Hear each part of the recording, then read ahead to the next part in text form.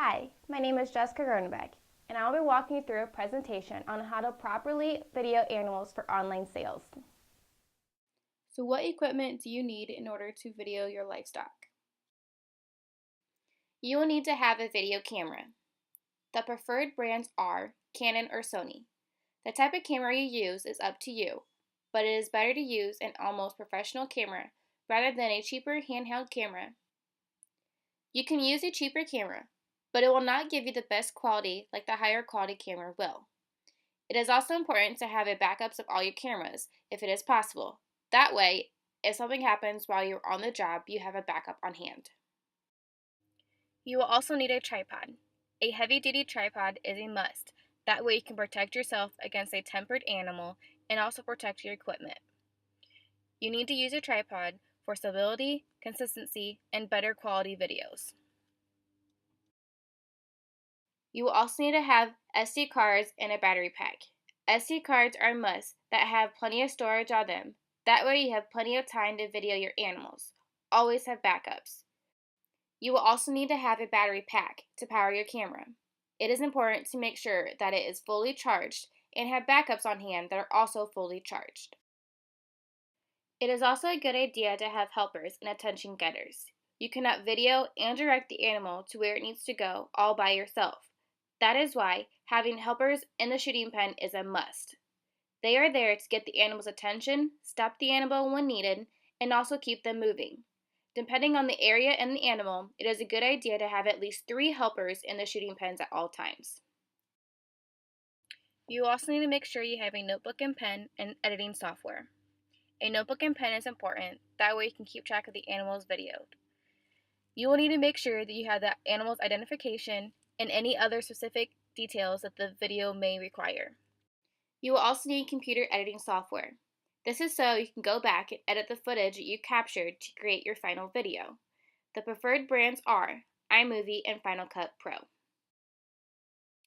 Now you're ready for your prep work to video your animals.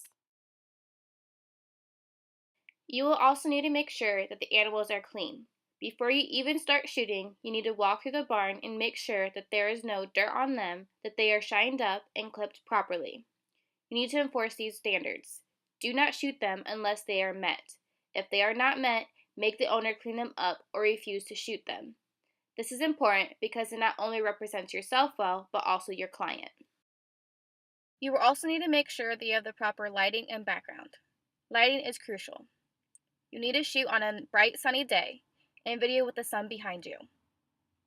You also need to make sure that you have the proper background. An open area with no distracting backgrounds and a level playing field is also a very good idea. Some examples of a proper background are an open grassy pasture and also alongside a fence line.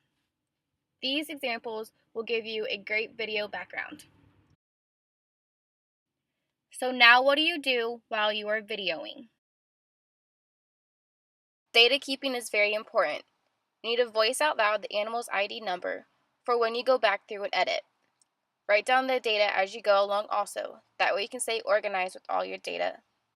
It is very important to say the animal's ID number at the beginning and even the end of the video. That way you can stay organized when you're going back through and editing your videos. While you are shooting, it is also a good idea to make sure you have a good 2 to 3 minutes worth of footage. This way you ensure you have the best of the animal.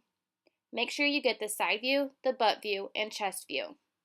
You want the animal to look sound, so nice steady pace is always good. You need to have ring help to guide the animal to where they need to go. Always remember to attempt to get the best footage of the animal possible. If you have to stop and go back to the animal, or take more than 3 minutes worth of footage, that is okay. Just make sure you get the best footage, that way you can represent yourself and your client well. Now you are ready to learn the things you need to remember when editing your videos.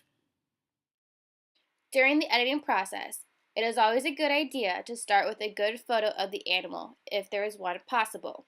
If not, that is okay. You need to make sure that you have that animal's ID number and any other important information at the bottom left-hand corner. This needs to roll throughout the entire video. It is also a good idea to have the logo of the breeder at the bottom right-hand corner of the footage. This is not a must, but it also adds to the video. Also, during the editing process, you need to select the best footage that shows all angles of the animal, the butt view, chest view, and profiles. The length of the video needs to be between 30 to 40 seconds long. You will also need to remember that you need to have no more than 2 to 3 clips of footage. You can repeat at least one footage, but do not repeat the same footage 3 different times.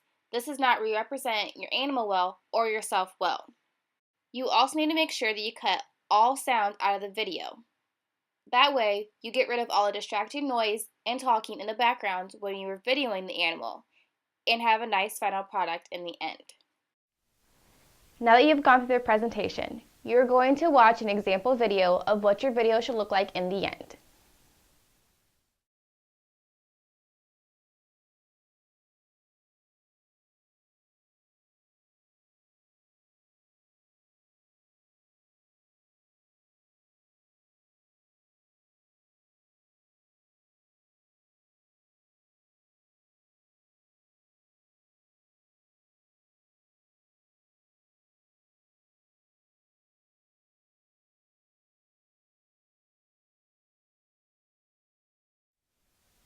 Thank you for watching. I hope this video is beneficial to you. Go out there and try the techniques that you learned today, and you will find that you will only benefit yourself and your animal's sale.